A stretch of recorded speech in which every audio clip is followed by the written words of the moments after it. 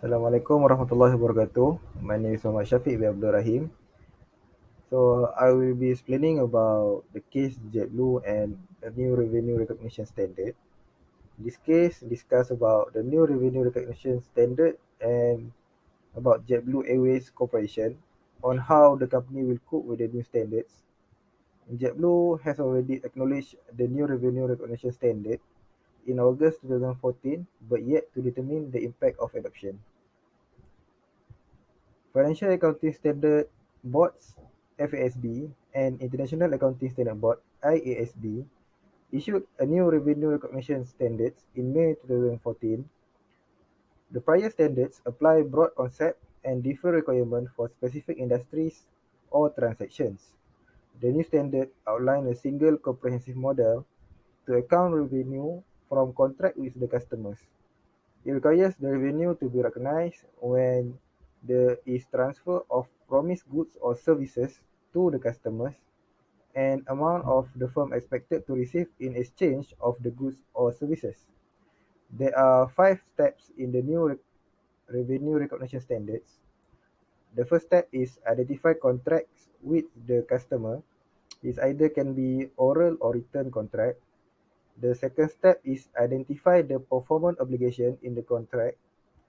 Determine how much revenue and when to recognize the revenue. The promised goods or services are separate performance obligation if they are distinct. Distinct here can be defined by 2 characteristics. First is capable of being distinct, and second one is distinct in the context of the contracts. The third step is determine the transaction price. It is the amount an entity expects to be entitled in exchange for the transferring promised goods or services to the customer. The step number 4 is allocate the transaction price to the performance obligation in the contracts.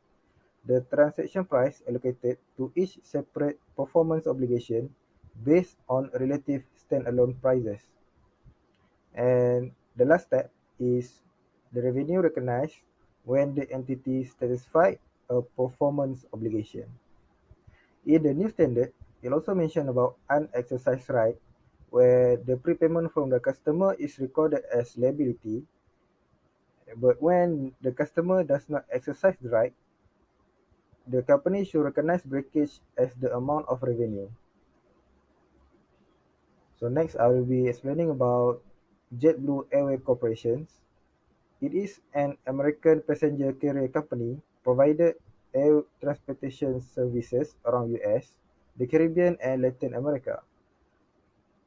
The source of income for JetBlue Airways varies according to the service offered by them. The first source of income is flight transportation. Revenue is recognized when either the transportation was provided or the ticket or customer credit expired. The second source of income is customer royalty program. It rewards the loyal customer with point.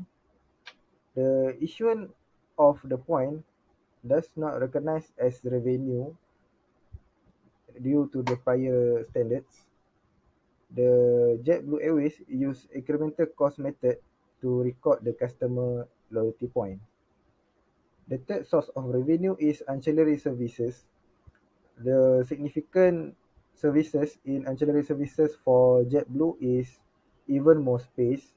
It offers additional legroom and early boarding access. It provides 228 million in revenue for the year 2015. There are also other type of revenue or sources of revenue for JetBlue. There are such Fly-Fi, the internet product on the flight, in-flight entertainment, onboard purchases for food and beverage, excess baggage charges, and also changes fee.